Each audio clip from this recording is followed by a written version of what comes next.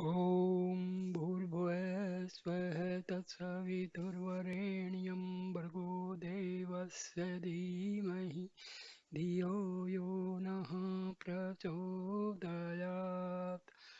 Om Shanti Shanti Shanti. Namaste, my dear friends. I am going to give you this video on meditation. In this video, Maharshi Ramana's direct disciple or devotee Kunju Swami has revealed about meditation what was told and advised by his Sadguru Maharshi Ramana.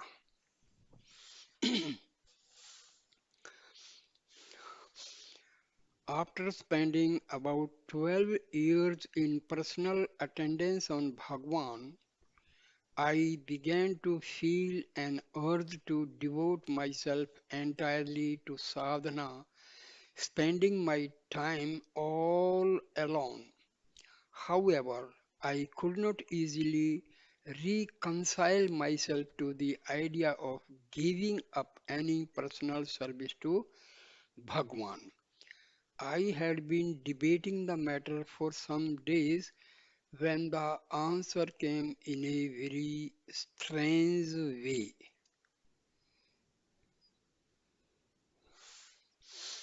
As I entered the hall one day, I heard Bhagwan explaining to others who were there that real service to him did not mean attending to his physical needs, but following the essence of his teachings.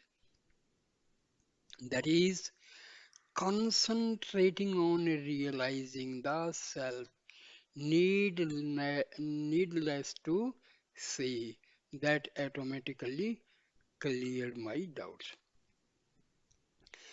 So, a real sage will advise his disciples or pupil, or you can say devotees, to follow his advice, give more importance to his teachings. But most of the disciples, they have a perception in their mind that serving the Sadguru will do for their sadhana. That means serving the Guru physically will be more than sufficient, and they ignore the teachings of their Sadguru. So we have to be very attentive to this advice of Maharshi that give more importance to the advice and teachings of the perceptor than simply depending upon the physical service rendered by them to the Sadguru. So, this was a very important advice given by Maharshi Ramana to his devotee Kunju Swami. So now he says, Kunju Swami says that I therefore gave up my ashram duties, but I then found it hard to decide how in fact I should spend the entire day in search of realization. I referred the matter to Bhagwan and he advised me to make self-inquiry my final aim. But to practice self-inquiry, meditation, japa, and recitation of scripture turn by turn, changing over from one to another as and when I found the one I was doing irksome or difficult. In course of time, he said the sadhana would become stabilized in self-inquiry or pure consciousness or realization. From my personal experience as well as from that of others, within my knowledge, I can say that before recommending any path to an aspirant, Bhagwan would first find out from him what aspect or form or path he was naturally drawn to and then recommend him to follow it.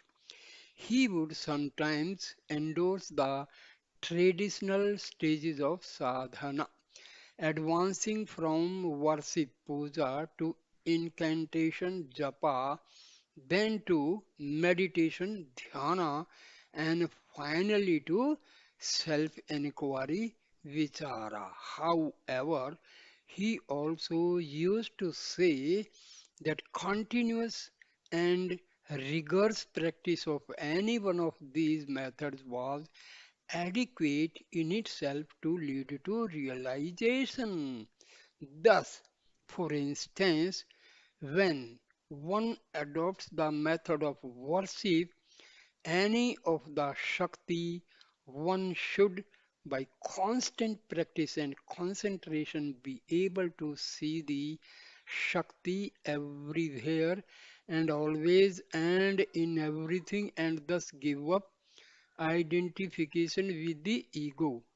Similarly, with japa, by constant and continuous repetition of a mantra, one gets merged in and loses all sense of separate individuality.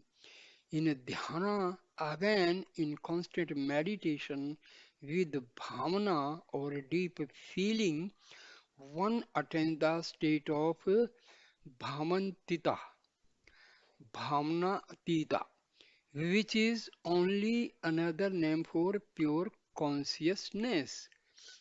Thus, any method, if taken earnestly and practiced unremittingly, will result in any elimination of the I and lead to the goal of realization. Once some awkward problems concerning ashram management cropped up. Without being directly concerned, I was worried about them as I felt that failure to solve them satisfactorily would impair the good name of the ashram. One day, two or three devotees went to Bhagwan and put the problems before him. I happened to enter the hall while they were talking about them, and he immediately turned to me and asked me why I had come in at this time and why I was interesting myself in such matters. I did not grasp the meaning of his question. So Bhagwan explained that a person should occupy himself only with that purpose with which he had originally come to the ashram and asked me what my original purpose had been. I replied, to receive Bhagwan's grace. So he said, then occupy yourself with that only. He further continued by asking me whether I had any interest in matters concerning the ashram management when I first came here. On my replying that I had not, he added, then concentrate on the original purpose of your coming here. So, about meditation, we will learn some more deep knowledge about meditation. So, some questions are put to Maharishi Ramana by the devotees, and he answered these questions and satisfied their query. What is the difference between meditation and distraction? Bhagwan Ramana replies, no difference. When there are thoughts, it is a distraction. When there are no thoughts, it is meditation. However, meditation is only practice as distinguished from the real state of peace. Devotee puts the question to Maharishi Ramana. How to practice meditation? Maharishi replies, keep off thoughts. Devotee, how to reconcile work with meditation? Devotee asks, how to reconcile work with meditation? Sri Ramana, who is the worker? Let him who work ask the question. You are always the self. You are not the mind. It is the mind which raises these questions. Work proceeds always in the presence of self only. Work is no hindrance to realization. It is the mistaken identity of the worker that troubles one. Get rid of the false identity. Mr. B.C. Das, the physics lecturer, asked, contemplation is possible only with control of mind, and control can be accomplished only by contemplation. Is it not a vicious circle? Maharishi replies, yes, they are interdependent. They must go on side by side. Practice and dispassion bring about the result gradually. Dispassion is practiced to check the mind from being projected outward. Practice is to keep it turned inward. There is a struggle between control and contemplation. It is going on constantly within contemplation will in due course be successful. Devotee, how to begin? Your grace is needed for it. Maharishi replies, grace is always there.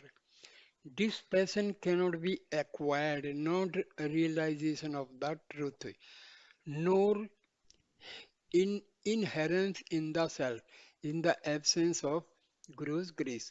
The Master quoted. Practice is necessary. It is like training a robust bull confined to his stall by tempting him with luscious grass and preventing him from straying. Then the master read out a stanza from Through What's Come, which is an address to the mind saying, O humming bee, namely mind, why do you take the pains of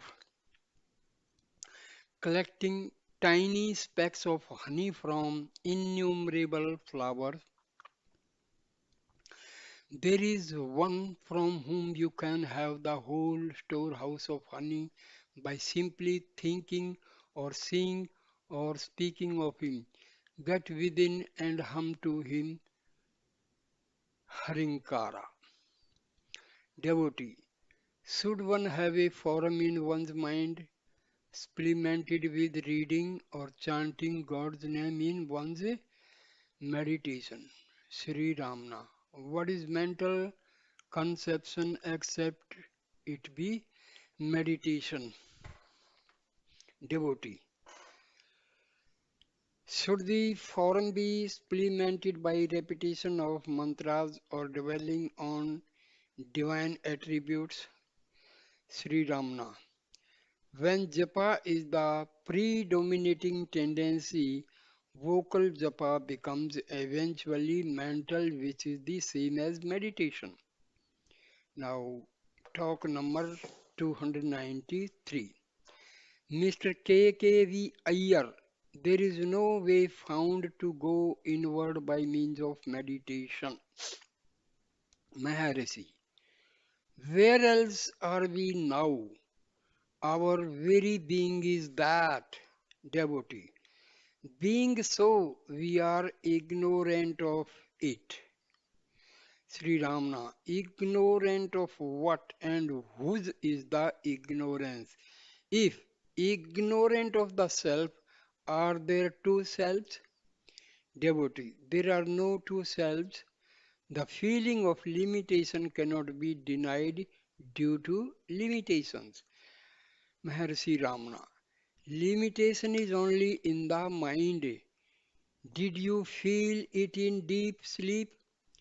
You exist in sleep. You do not deny your existence. Then the same self is now and here in the wakeful state. You are now saying that there are limitations. What has now happened is that there are these differences between the two states. The differences are due to the mind. There was no mind in sleep, whereas it is now active. The self exists in the absence of mind also. Devotee. Although it is understood, it is not realized. Sri Ramana. It will be by and by with meditation, devotee. Meditation is with mind, and how can it kill the mind in order to reveal the self? Sri Ramana. Bhagwan Ramana replies, meditation is sticking to one thought. That single thought keeps away other thoughts. Distraction of mind is a sign of its weakness. By constant meditation, it gains strength. That is to say, its weakness of fugitive thoughts give place to the enduring background free from thoughts. This expands divide of thoughts is the self. Mind is purity is the self. Sri Bhagwan continued in reply to the former question. Everyone say, I am the body. It is the experience of the sage as also of the ignorant.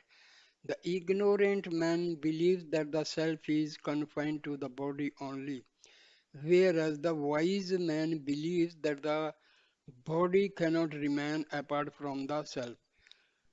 The self is infinite for him and includes the body also.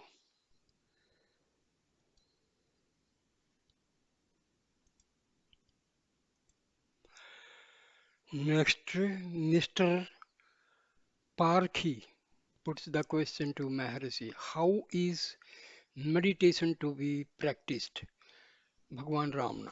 Meditation is truly speaking Atmanistha, that is, to be fixed as the self. But then thoughts cross the mind and an effort is made to eliminate them. The effort is usually termed meditation. Atmanistha is your real nature. Remain as your remain as you are. That is the aim. Devotee. But thoughts come up. Is our effort meant to eliminate the thoughts only? Bhagwan Ramana replies, yes. Meditation is being on a single thought. The other thoughts are kept away. Meditation is only negative in effect, inasmuch as thoughts are kept away. Devotee, it is said, Atma samastham manah kartava, fixing the mind in the self, but the self is unthinkable. This was the question put. The devotee asked the question. It is said that Atma samastham manah kartava. That is, fixing the mind in the self, but the self is unthinkable. Maharishi replies, why do you wish to meditate at all? Because you wish to do so, you are told, Atma smastham manah kratva, fixing the mind in the self. Why do you not remain as you are without meditating? What is that manah mind? When all thoughts are eliminated, it becomes Atma Samastha, the fixed in the self. Devotee. If a form is given, I can meditate on it and other thoughts are eliminated, but the self is formless. Sri Ramana. Meditation on forms or concrete object is said to be dhyana, whereas the enquiry into the self is vichara, enquiry or nididhyasana. Explaining Adhyaropa Pavadhyayam, superimposition and its elimination, Sri Bhagwan pointed out that the first turns you inward to the self, and then according to the second you know that the world is not apart from the self. Now, talk 97. Mr. Cohen asked, meditation is with mind in the Jagrat waking state. There is mind in dream state also. Why is there no meditation in dream?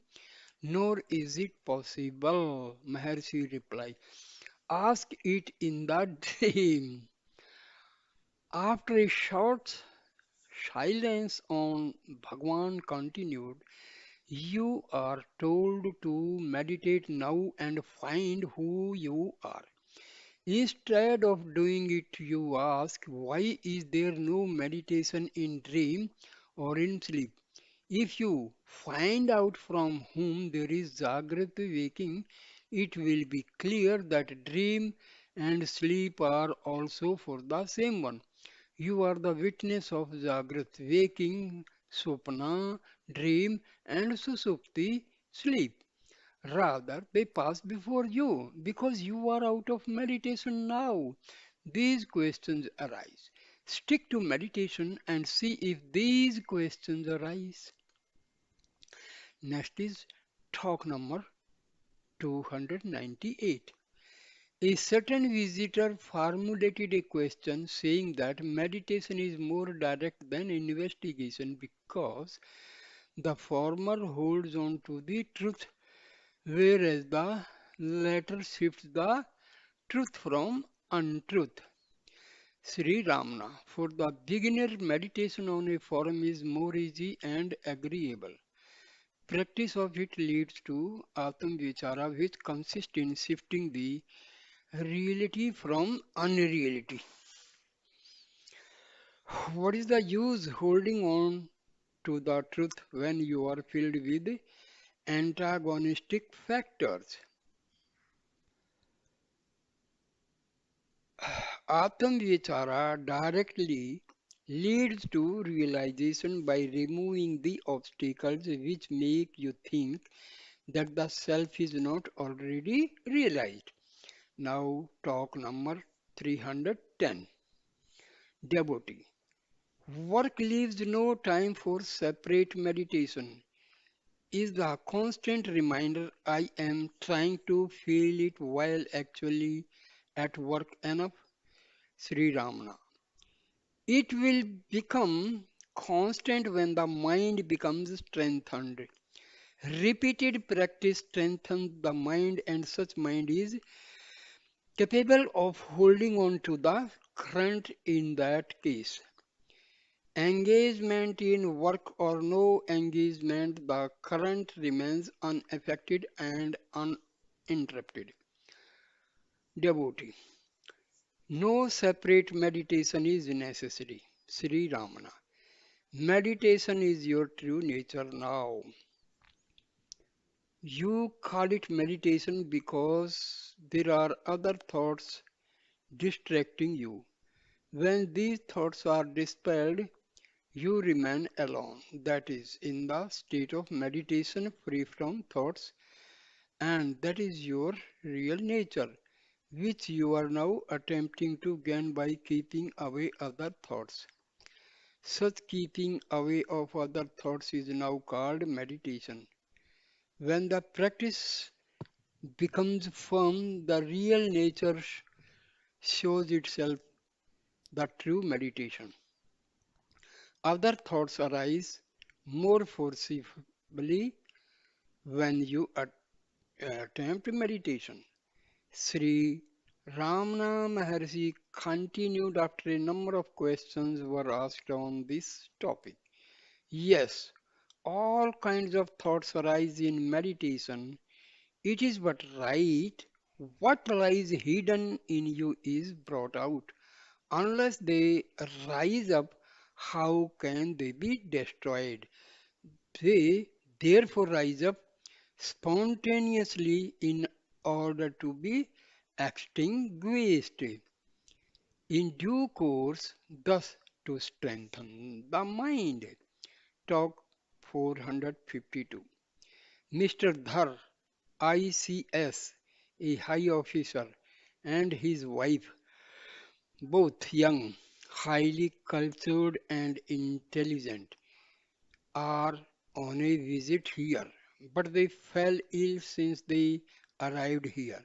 She desired to know how meditation could become steady. Maharishi Ramana. What is meditation? It consists in expulsion of thoughts. All the present troubles are due to thoughts and are themselves thoughts. Give up thoughts, that is happiness and also meditation. Mr. Dhar, how are thoughts given up? Maharishi, the thoughts are for the thinker.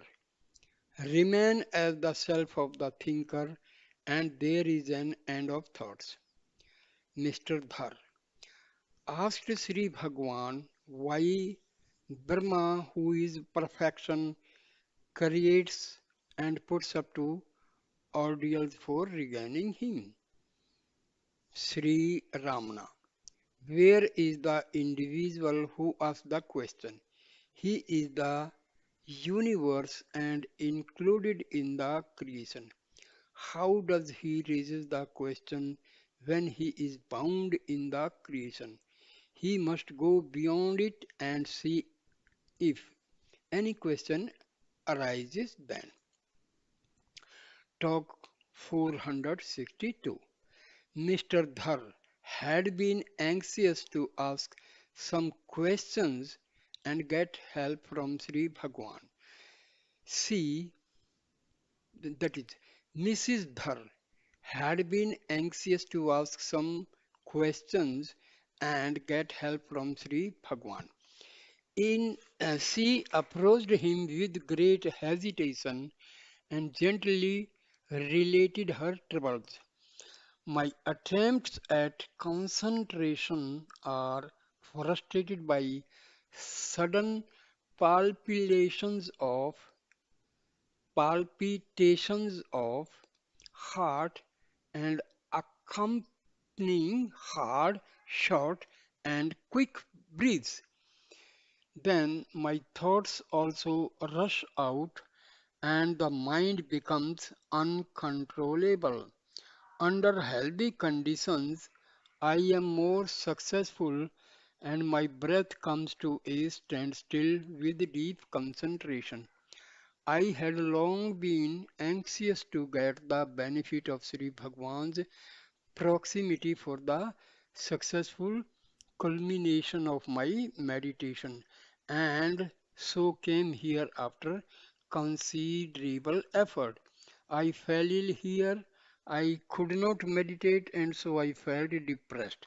I made a determined effort to concentrate my mind even though I was troubled by short and quick breaths. Though partly successful, it does not satisfy me. The time for my leaving the place is drawing near. I feel more and more depressed as I contemplate leaving the place. Here I find people obtaining peace by meditation in the hall, whereas I am not blessed with such peace. This itself has a depressing effect on me. Sri Bhagwan replied. This thought, I am not able to concentrate, is itself an obstacle. Why should the thought arise? Devotee, can one remain without thoughts rising all the 24 hours of the day? Should I remain without meditation? Maharishi replies, what is ours again? It is a concept. Each question of yours is prompted by a thought. Your nature is peace and happiness. Thoughts are the obstacles to realization.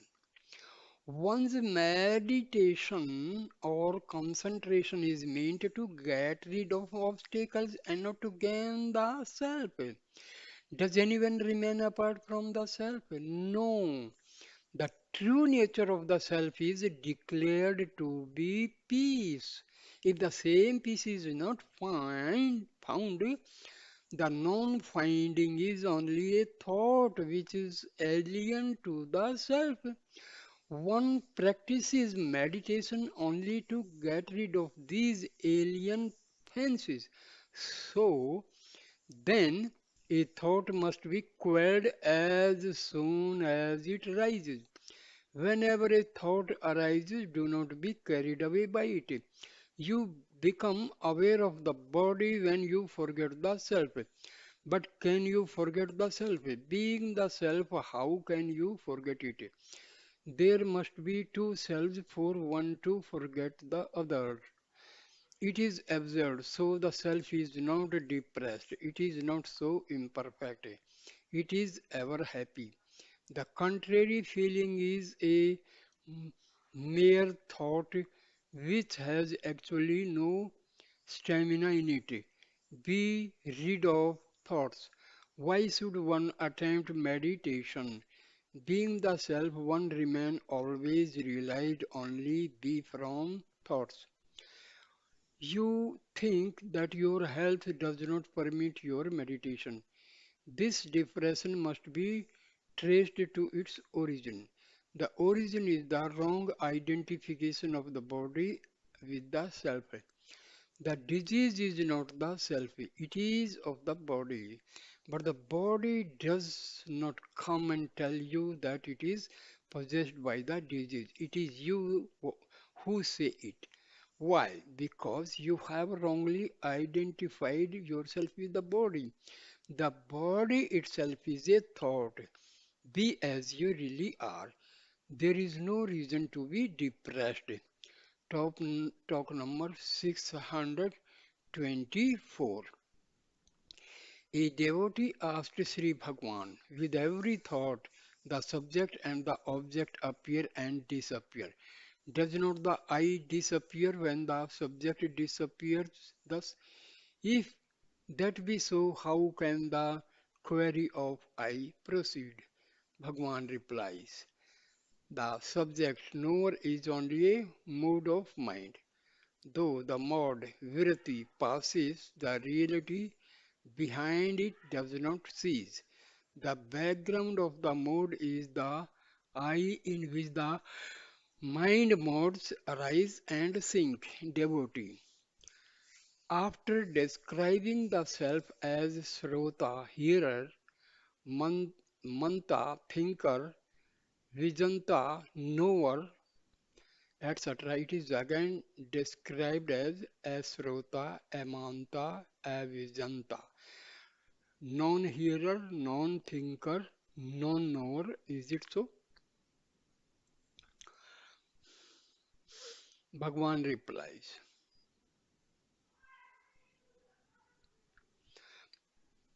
Just so, the common man is aware of himself only when modifications arise in the intellect.